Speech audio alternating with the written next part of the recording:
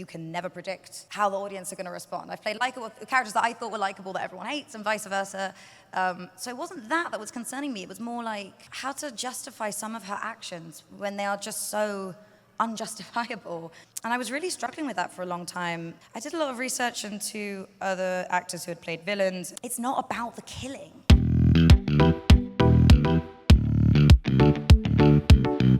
Everyone, please, a big round of applause, Ella Purnell!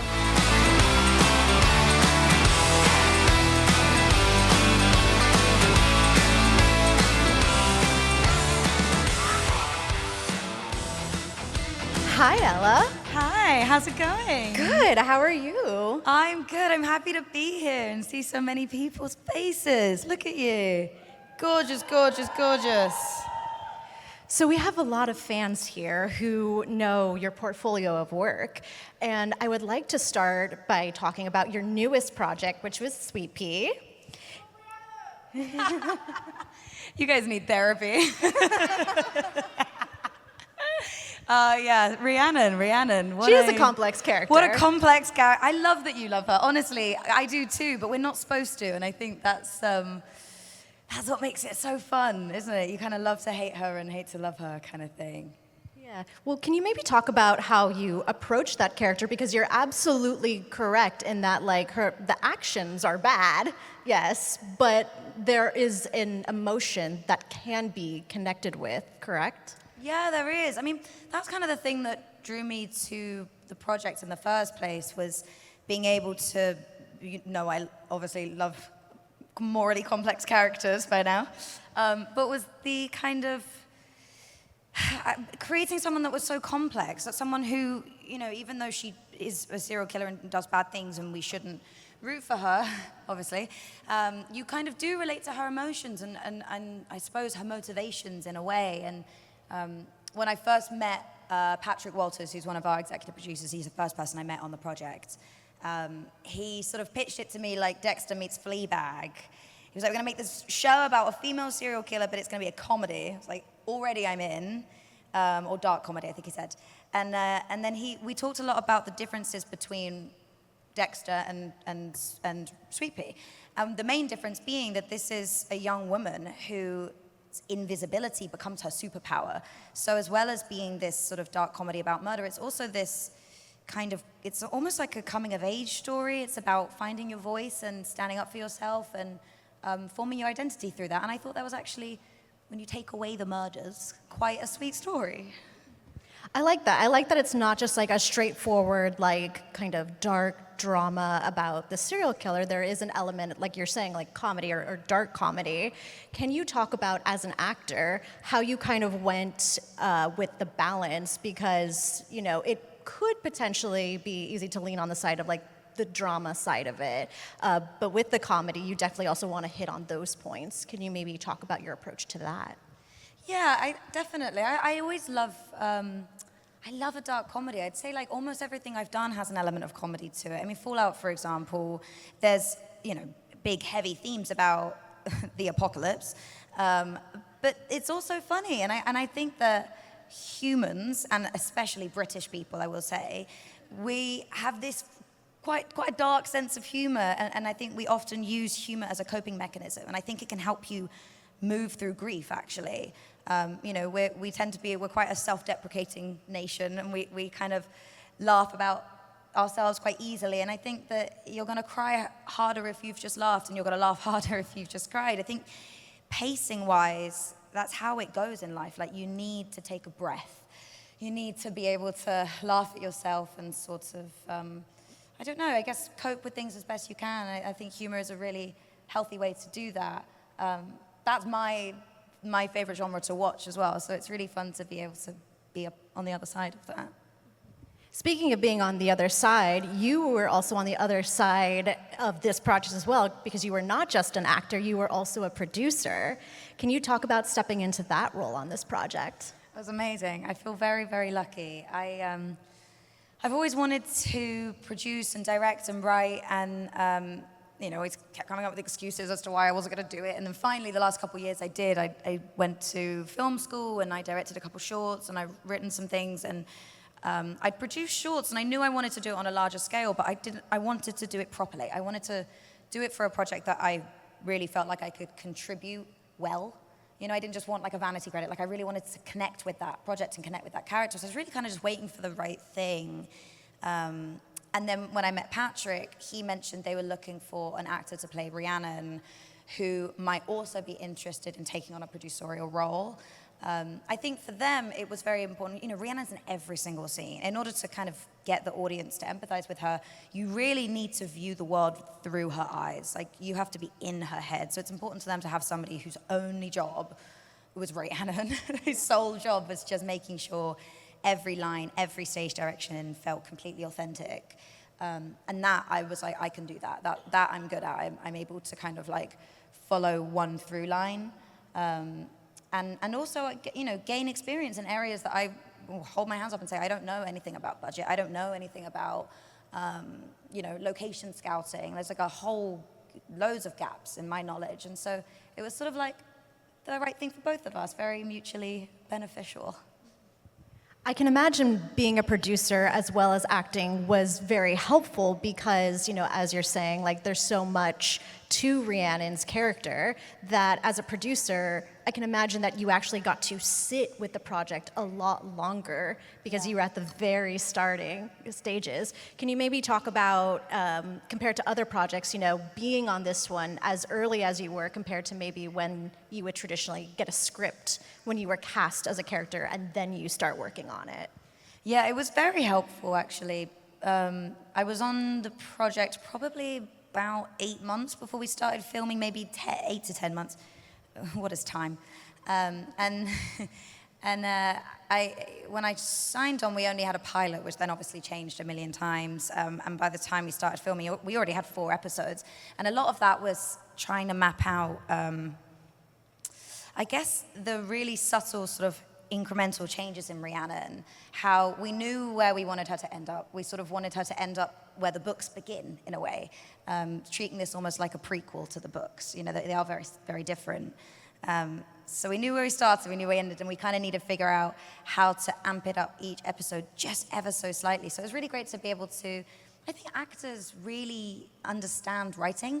I think a lot more than sometimes we're given credit for. I mean, we're taking words that are unfamiliar and kind of bringing them to life. And so it was really nice to be able to, I think for the writers to be able to write knowing who they were writing for, and for me to be able to then do my prep on the scenes knowing, well, hang on, I know that in episode 5, she's gonna, you know, get this, or I don't want to spoil it, but get things out of her life. So what can I sprinkle in episode 2 or episode 3 that might be an interesting way of foreshadowing that, or, you know, not getting too confident too early because I'm going to wait till we have that scene in episode 4. It's really, really good for me, as someone who loves to do as much preparation as possible, like real A1 Virgo type over here. It's really nice to be able to have all the information to at my disposal, you know? I love that you mentioned that, you know, sprinkling in, kind of planting the seeds in one episode for payoff in a further episode, and then the preparation. Is that something that was unique to Sweetpea because you got to be in the producer's chair, or is that something that you have had the opportunity to have on other projects as well?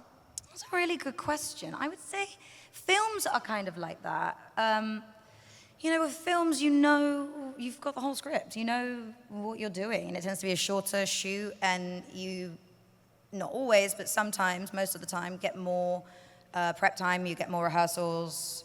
TV is like, you get the script the day before and you just do what you're told, and you don't always get the luxury of tons of prep time. And that's kind of why I love it as well, to be fair. Like, I quite like the spontaneous nature of it, and it's obviously, I'm clearly addicted to like chaos or some sort of like mania because it's so incredibly adrenalizing, if that's a word. So I think it depends. I think it does depend. You know, Yellowjackets, for example, we had no prep time at all. And I really learned a lot on that job about trusting the writers and just kind of changing the character in ways that are outside of your comfort zone of predictability. Sweetpea was very different. And very different shows, and maybe that shows, I'm not sure. And speaking of different, correct me if I'm wrong, but I believe I had heard you say at one point that Rhiannon was also maybe the most challenging role you have played up to this point. Can you, she is such a morally complex character, can you maybe elaborate on the certain challenges you faced with her? Yeah, I mean, she is the most challenging character I've ever played. And she's a serial killer, and it's really hard to... I'm not a serial killer, so it's hard to get into the mindset of one. I've also never really played... I'm never really overly concerned about the likability of my character. And I've also learned from Yellowjackets and playing Jackie that you can never predict how the audience are going to respond. I've played likable characters that I thought were likable that everyone hates, and vice versa. So it wasn't that was concerning me. It was more like, I don't know, like how to justify some of her actions when they are just so unjustifiable. And I was really struggling with that for a long time. And then I did a lot of research into other actors who had played villains, and I spoke a lot to my friends and worked very closely with Ella Jones, our director, another Ella, and learned that you should never judge your character, which I already knew, but I am just a judgmental person, so it was hard not to when she's doing such horrible things. And B, this was really, really crucial, but no bad guy thinks they're the bad guy. And it's so obvious now saying it out loud, but that really unlocked something for me because it helped me connect with Rhiannon's truth, which is that it's not about the killing. In fact, I don't need to know why she kills because she doesn't know why she kills. God, it seems so obvious now saying it out loud. But actually, it was about feeling visible, and it was about empowerment. And for better or for worse, it's not my job to judge that. It's only my job to kind of connect with the truthfulness of that, find things about it that I can relate to, and then go with that. I've forgotten your question. Did I answer it? Or did I? Okay. Sorry. So I feel like I've been talking for ages. Oh, no. You definitely did answer it. And again, with the approach of the challenges of working on such a morally complex character. Right, yeah. And, speaking about morally complex, this show definitely has a lot of heavy material.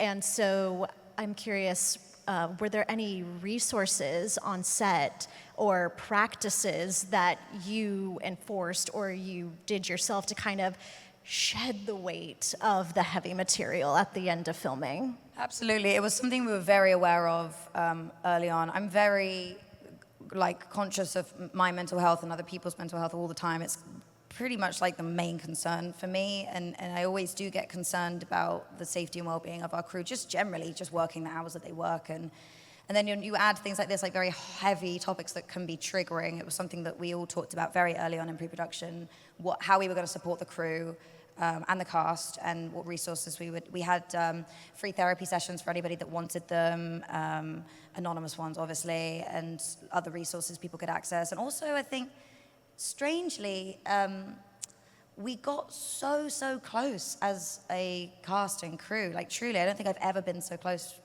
to any production I've worked on. And I think that's because you do need that, what you just did, that, like, shaking it off. And, like, my God, you're just, like, acting out trauma all the time. And I love my job, but also sometimes you're like, oh, why can't Raina just be happy? It's, like, it's exhausting to be in that place all the time. And sometimes you do go home and you're just down. And it's hard. You kind of do need to, like, shake it off and find ways to relax and connect with people, especially playing such a lonely character. So we had a lot of fun. We played conkers in between pretty much every setup. It was very annoying for the producers. I guess I am a producer, but the less cool producers. What else did we do? We just played a lot of games and, like, had a lot of fun, and it was really nice. It was a nice way to blow off steam. I really like what you said about, like, getting very close with your cast and with your crew, because, again, when you're dealing with such heavy topics, it is kind of nice to, like, find comfort in talking to other people or being around other people and, like you're saying, like, shed that weight. Yeah, I think it's really important. I think that's where self-awareness comes in, is, like, knowing ahead of time. You train for a marathon, right? Well, you should. If you haven't, you're amazing, but you should.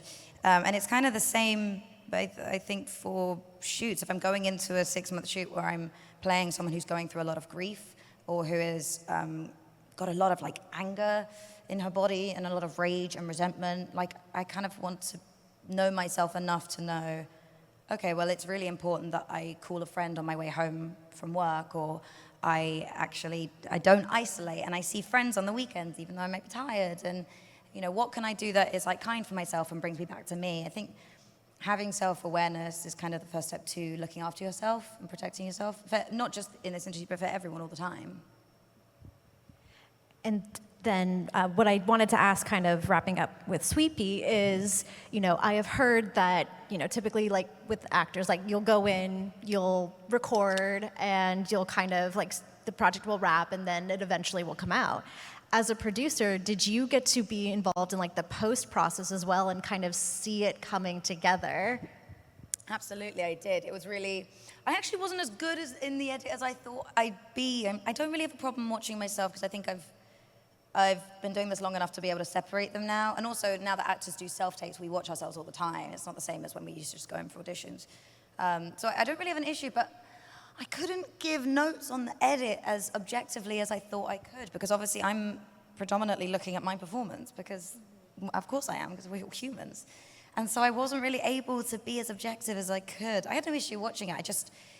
I wasn't, what was it? I wasn't thinking of the project as a whole and the series as a whole. I was mostly like, I didn't believe that line. I didn't believe that moment, or like, I picked that up weird. You know what I mean? Like I was just too self-conscious to do it. But it was an experience, especially, I'm directing more now and seeing how like real professional editors do it, and not just like me on my laptop on like iMovie. It was definitely a learning process. I think in terms of producing, the thing that I had the most fun with was kind of sitting in on the conversations between Ella and Nick, who is our DP, and learning how they were visually mapping out the series. And there are so many things that I doubt most people would even notice when you're watching the show that should subconsciously influence how you feel when you're watching it, and how you feel about the characters, like lighting tricks, the introduction of the color red in the second half of the series and how red is used. It's really fascinating. It's so clever. I learned a lot. I'm even very fascinated by hearing you talk about that, because you are absolutely correct in that like everyone can notice something different when they watch a show, and especially working behind the scenes on the show, it will look very cool in the final product, but you might not realize, that a phone was a gadget or something, Yeah, it's definitely still a treat watching that show back, because I notice a new thing. I've seen it so many times, and I notice new things every single time I watch that show, every single time. And as I mentioned earlier, you have a really great portfolio with Yellowjackets, Fallout, Arcane, and now Sweetpea. So can you talk about how you go about reading for or taking on certain projects? It's a good question. I guess they don't seem like monster projects is the answer. Like with Yellowjackets, we shot a pilot, and then COVID happened, and then a year and a half later, we shot the rest of the series and thought it was just going to be a little show on Showtime that maybe did a couple seasons. Nobody thought it was going to be Yellowjackets. Fallout was different because Fallout, is based on a game. It's Amazon. That felt like a big deal, and it was very scary coming into a piece of IP that people just love so much. And I knew of the games, and I'd done obviously tons of research after I got the part, and it does feel like pressure. But then I think you just have to remind yourself that, again, kind of zoom out a little bit and remember that your job is just to play your character as truthfully and authentically as you can. And, I played the games. I did as much preparation as I could. But, I was lucky my character didn't exist in the game, so I kind of had a little bit more, creative freedom in that. And also remembering that that nerves, it's just misplaced passion. Nervous energy it's just passion. It's just because you care. You wouldn't be nervous if you didn't care. You just want to do a good job. Yeah. Speaking of Fallout, season 1 ends on a cliffhanger, and due to the events of that finale, Lucy will start to view people in her life differently. And so for season 2, is there a character relationship or dynamic you would be most excited to explore? Yes. Well, she left with, I don't know anything, by the way, so I can't possibly spoil anything because I just don't have anything to spoil. But she left with the ghoul.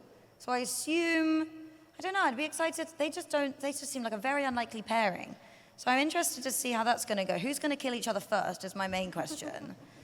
I don't know. You know, it was, and I'm not going to spoil the ending of Fallout Season 1 for anyone that hasn't seen it, but the way it ends, you're right, is it's a big cliffhanger, and Lucy's heart is just broken.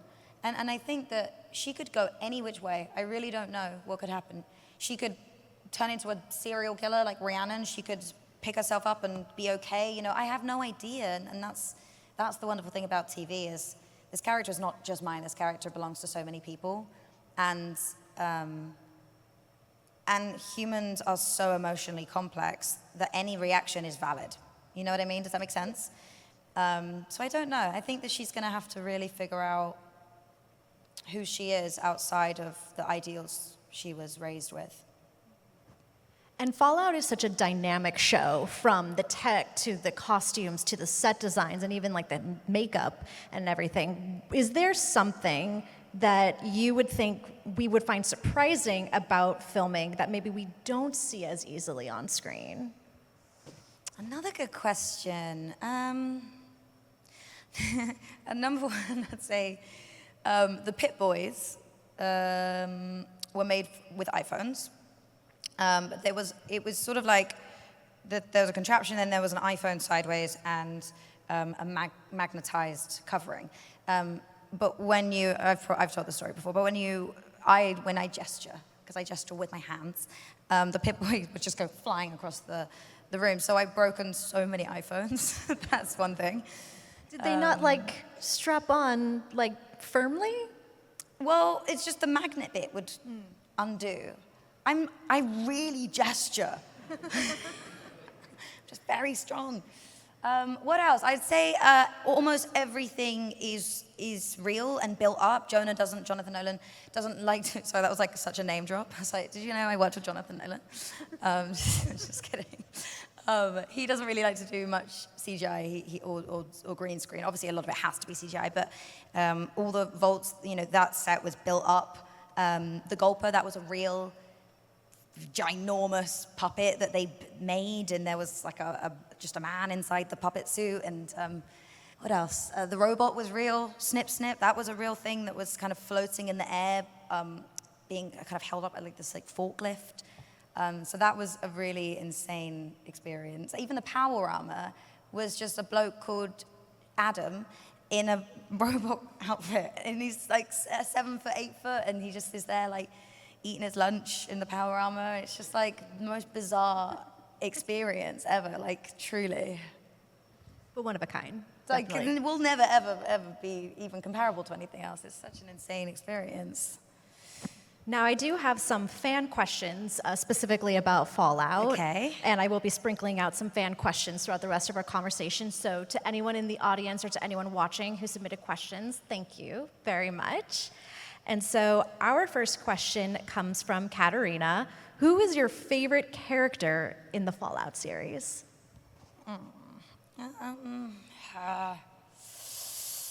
In the Fallout series, it might be Chet. Cousin Chet from Vault 33. I just think he's so funny. Also, there were a few scenes that we got to do together that didn't end up making the series, and I just wish they had, because he is so funny. I really hope one day they release some of those scenes. I'm sure we would all love to see them too. It's so good. He's a hysterical guy. We have another question from someone who is anonymous. Fallout has a rich narrative with many twists and turns. Can you share a moment or scene that you found particularly challenging or exciting to film, and why it stood out to you? From Fallout, right? Yes.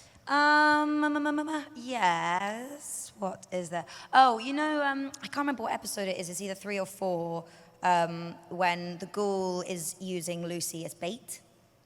I don't really want to spoil it, but this isn't really a major spoiler.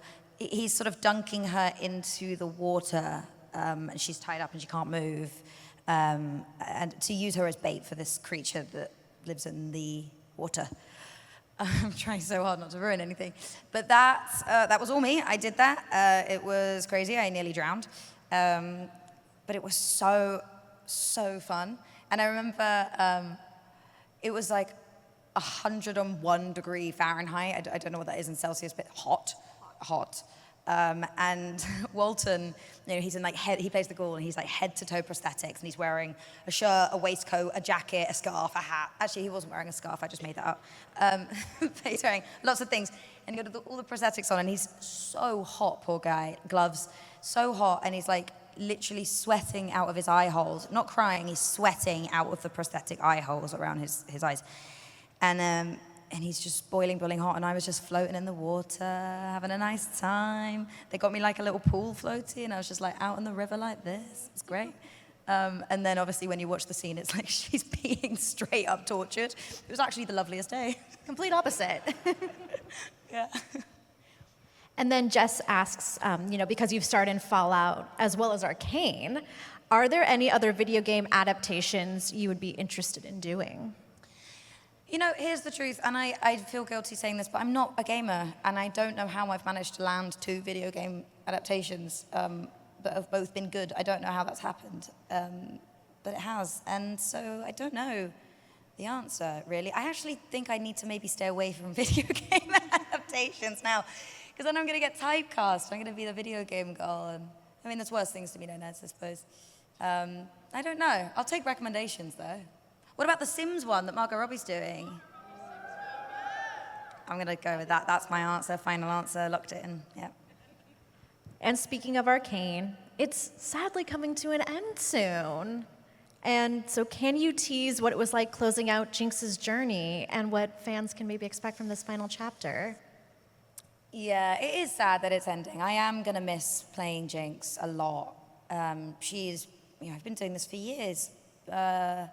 God, I want to say like 5 or 6 years, possibly. Has it been that long? Well, they've been working on the show like 10 years. Yeah, because COVID 2019, what are we in, 24? I can't do math, but about 5 or 6 years. And anyway, I'm going to miss playing Jinx. But what I also will say is that this, I think, has been their plan to end after 2 seasons for a long time. And I would much rather than... I've seen season 2, and I've obviously read season 2, and it's so good. And I really feel like they're going out with a bang. And I would much rather them end when they feel it's ready and time to end, rather than making another season that isn't just going to disappoint fans, So I do think this is, the right move. And I can't wait for you guys to see it. It's not November 9th, I think it is. Yeah, is that right? You guys are really helping me out today. I'm doing my best. So yes, I'm excited for people to see it. Yeah. And I know at the top of this conversation we were talking again about, like morally complex characters. And so a fan question from Liam actually asks for Jinx, was there a time when you were playing Jinx when you had to take a breather and have a calming tea? I like Liam. No, but it's different with voiceover, really, because...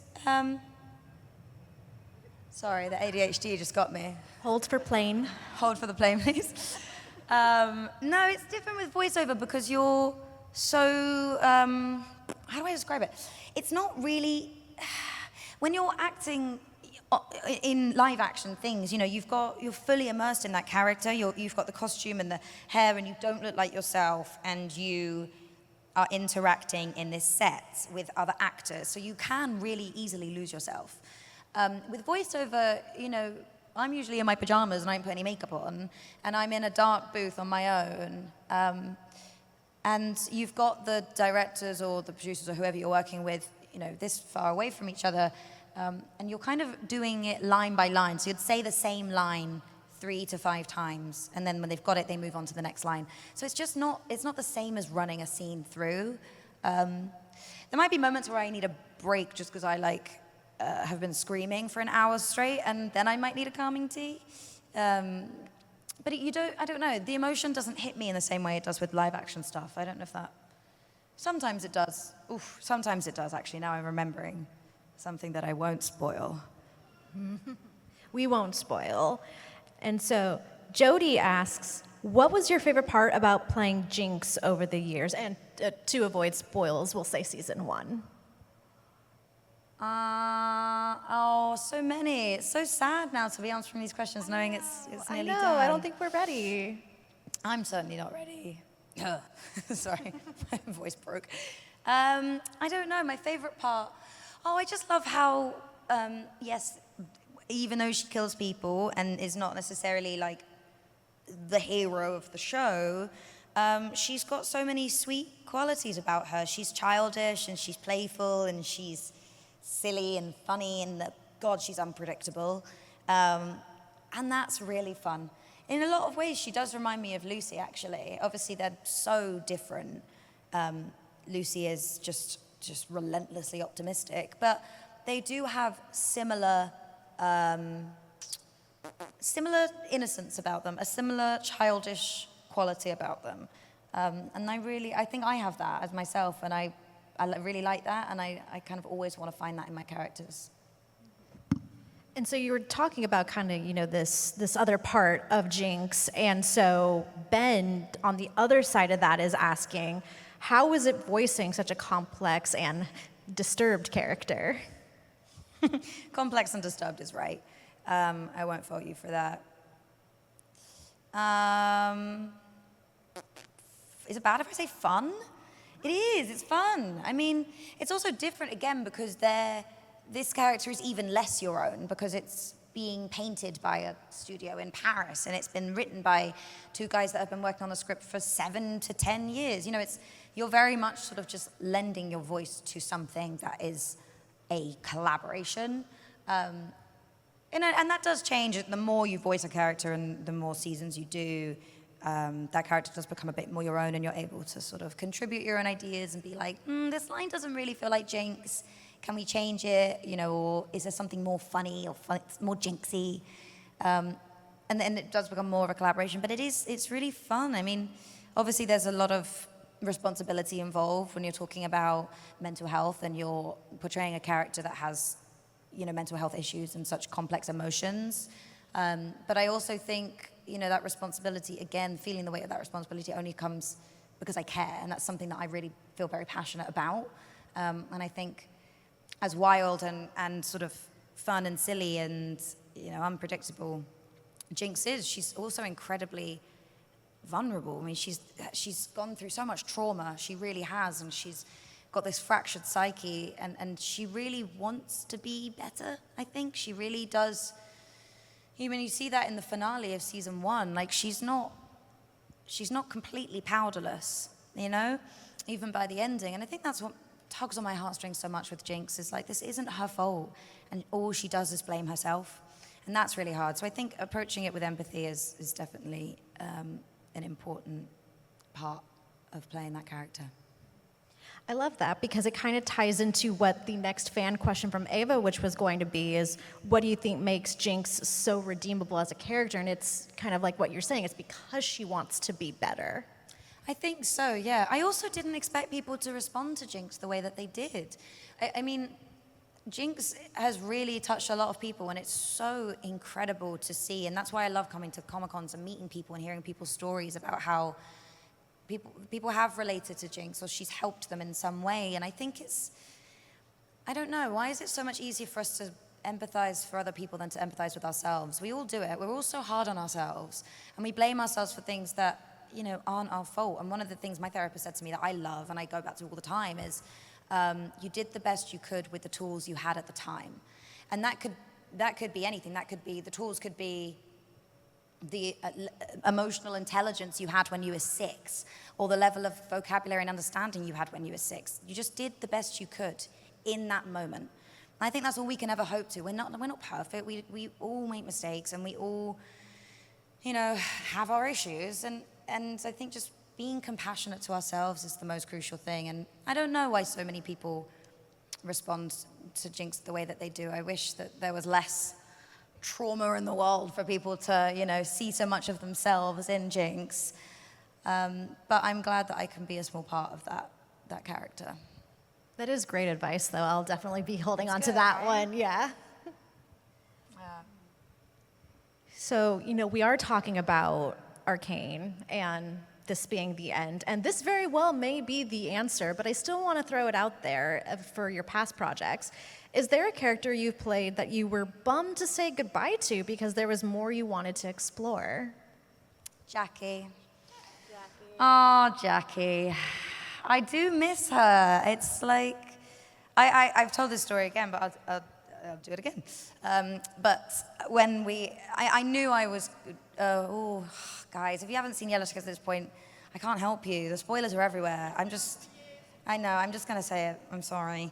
But I knew she was going to die at the end of season 1 when I signed on to the project, and that was part of the appeal at the time, because I didn't really want to be on a TV series for multiple years. I really wanted to focus on films, which is so funny because then Fallout. But when we got there and I read the finale, I really, really freaked out, and I had second thoughts, and I called them, the writers, and I was like, is there any way we can keep her? I will sign another contract. Let's go. Let's do this. And they thought about it, and then they called me and was like, she's got to go. We've really angled the entire season around this. Like, we're sorry. But I was really sad to let her go, and I am ashamed to say I haven't seen that much of season 2 yet. It's on my list. I will watch it. So I don't know how Jackie would fare. I feel like, I don't know. She probably just would have died either way, wouldn't she? It's quite hard to keep her alive in that environment.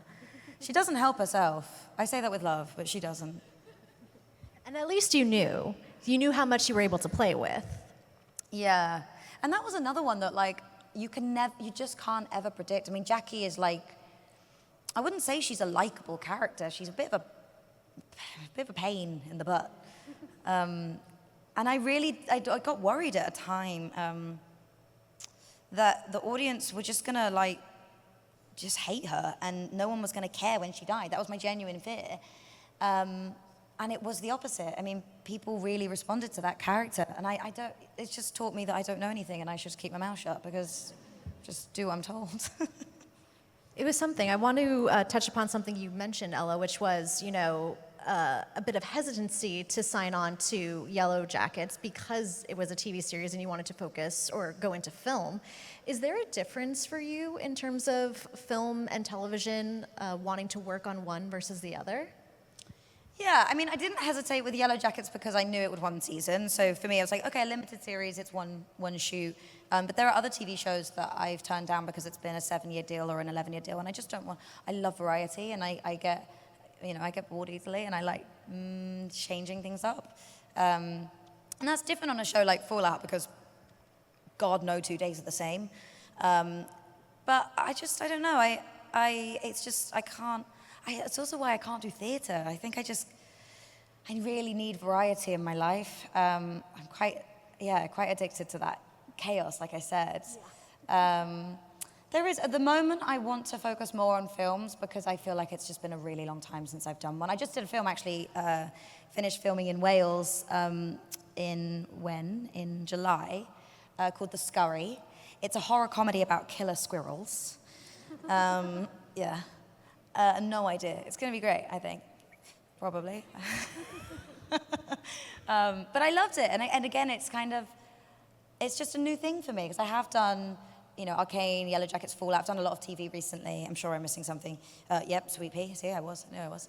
And so, yeah, I want to get back to films. It's a different game altogether. Knowing your A and your Z, and being able to sort of prep more deeply, I think allows you to, on the day, try really new, weird things because you know that, you know those lines and that character so deeply.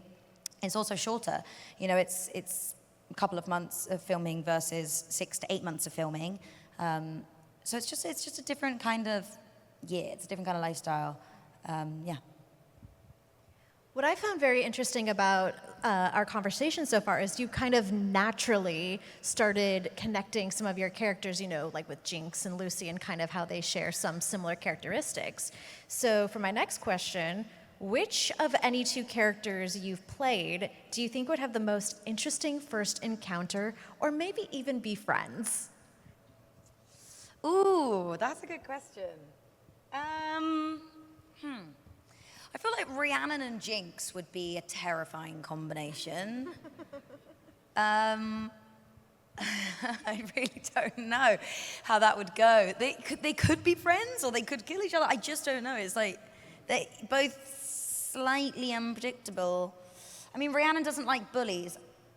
I don't know. They've got quite a lot of similarities. I'm going to say they'd be friends after a testy few. They'd get there. They'd get there. It might be a bumpy ride, but they'll get to the destination.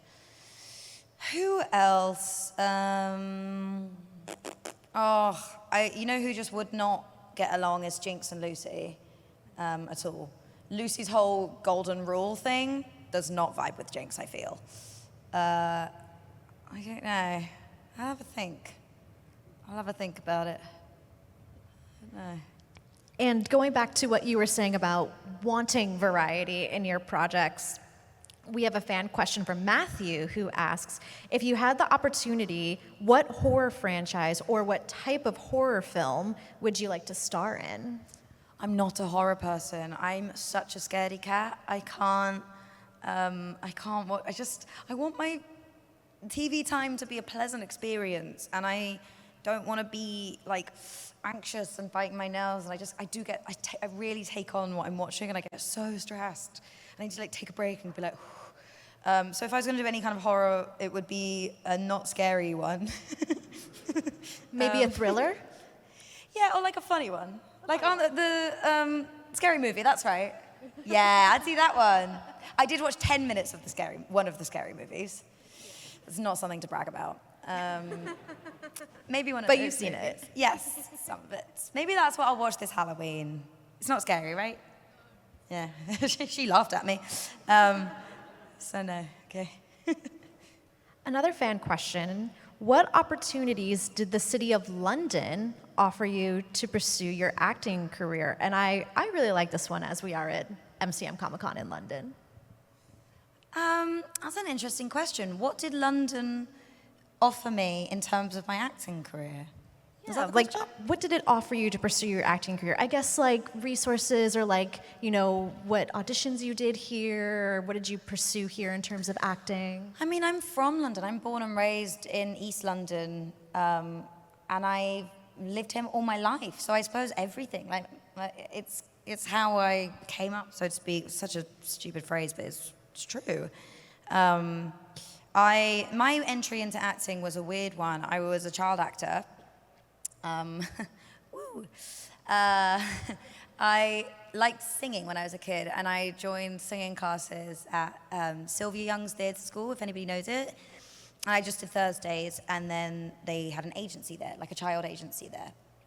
And they asked my mum if I would want to be on the agency, and then I started going to auditions. And then did a commercial, an advert for Toffee Fee, and then did Oliver the Musical when I was 11, and then did my first film when I was 12, and then I've just been kind of doing films ever since. I didn't work in the States until I was like 21.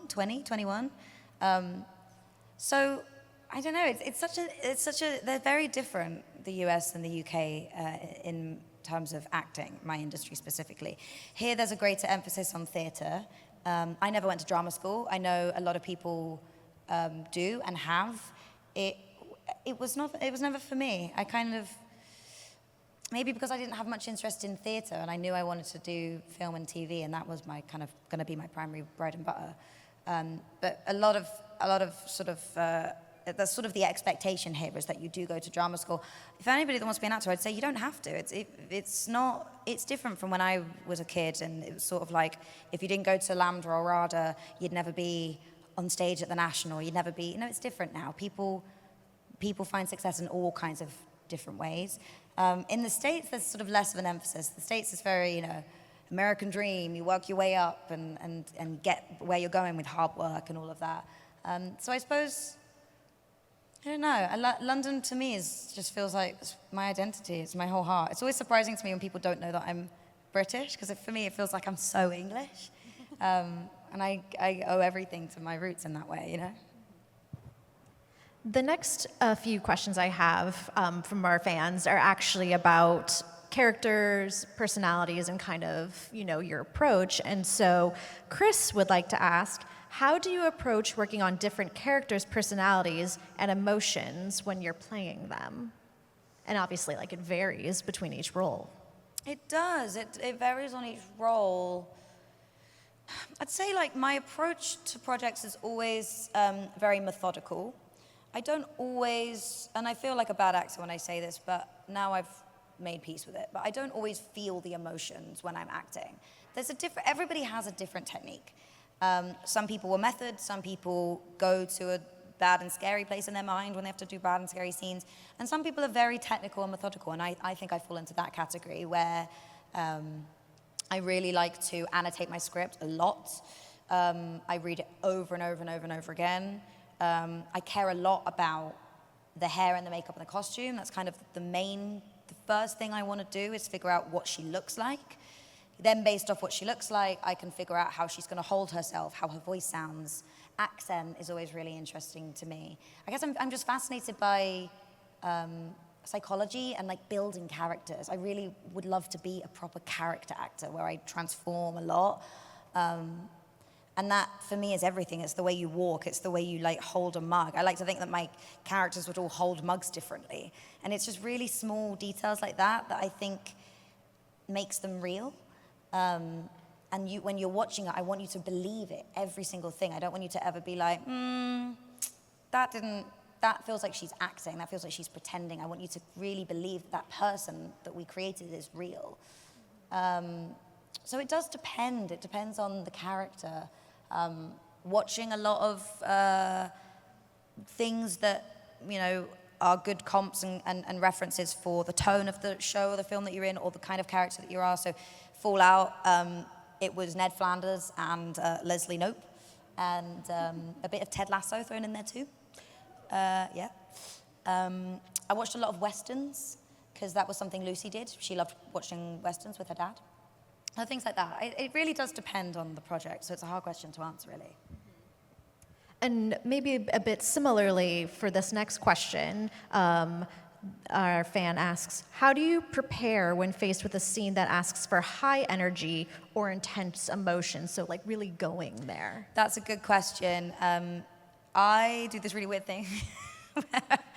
I have to get my body going. Like I shake very aggressively. Or I'll like hit myself gently to like wake up my body, jumping up and down. I look insane when I'm trying to get myself like hyped up for something. But it's the same as like going into a fight or going into something. Like you need to stretch before you do stunts. You need to do and I do that. Like, I will never forget the first time I did a stunt and everyone was like, make sure you stretch. And I was like, I don't need to stretch. You need to stretch. It hurts.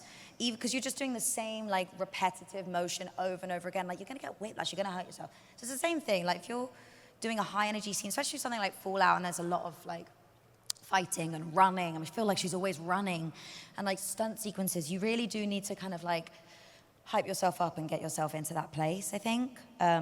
With emotions, it's different because I think actually with a highly emotional scene, it's actually about focusing and kind of keeping everything small and like inside.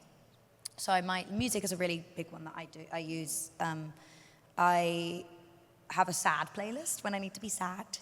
And I also make playlists for the characters when I feel like, I don't know, I feel like I'm not getting it on the day. Because sometimes you just have bad days. You know, you're hungry, you're tired, you just feel bad, like you miss your friends, whatever it is. Sometimes you just have bad days. When I need to kind of get my head in the game, I'll have like a motivational playlist specifically for my character. So yeah, music's another one. Does each character get their own playlist? Yep. I know I've been saying I'm gonna release my Rhiannon one, and I will. People keep nagging me about it on the internet, and I will do it. I just haven't got around to it yet. I never made one for Jinx. I guess because it's just a different process doing voiceover or animation. But no, I never made one for Jinx, sorry. Maybe you guys can make one and send them to me. And then to kind of wrap us up in this conversation, you know, we've talked a lot about your various work, And so looking ahead to the future, are there any projects, either personal projects you're working on, or professional that, of course, you can talk about, that you are working on and would like to share? Nothing that I can talk about, but I will say, obviously Arcane comes out soon. We're doing, that's very sweet. We're doing Fallout Season 2. Good, getting the crowd pleasers out there. Then The Scurry will come out. I love it. No one has any idea how this film is going to turn out. It's going to be good. I will say Craig Roberts, who directed it, is a fantastic director. And if you haven't seen his work, you should watch, what's it called? Eternal Beauty, if you got that right? Maybe. You should watch that film with Sally Hawkins. It's so good. It's really good. And what else? Hopefully a Sweetpea season 2, but haven't heard yet. So fingers crossed on that one. And then other secrets. Ooh. Ooh, secrets. I do kind of want to go back real quick, in terms of working. We talked a lot about your work as an actor, and I do kind of want to go back to the producer, because I believe at the beginning you mentioned you had directed some shorts.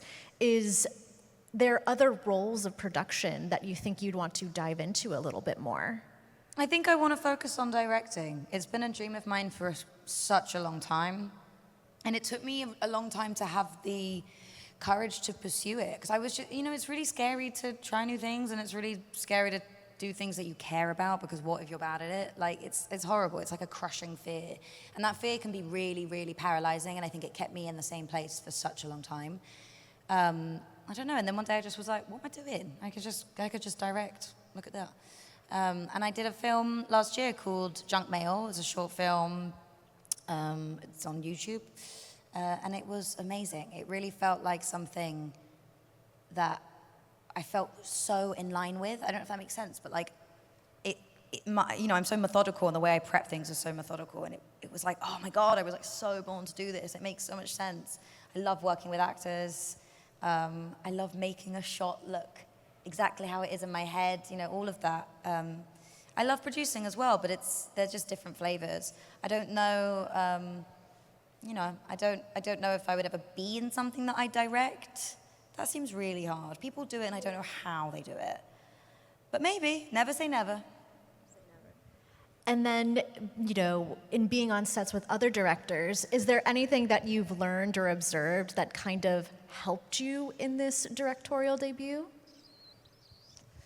Oh, that's a really good question. I've been really lucky, and I've worked with so many amazing directors. Yeah, God, so much. But what can I say? I suppose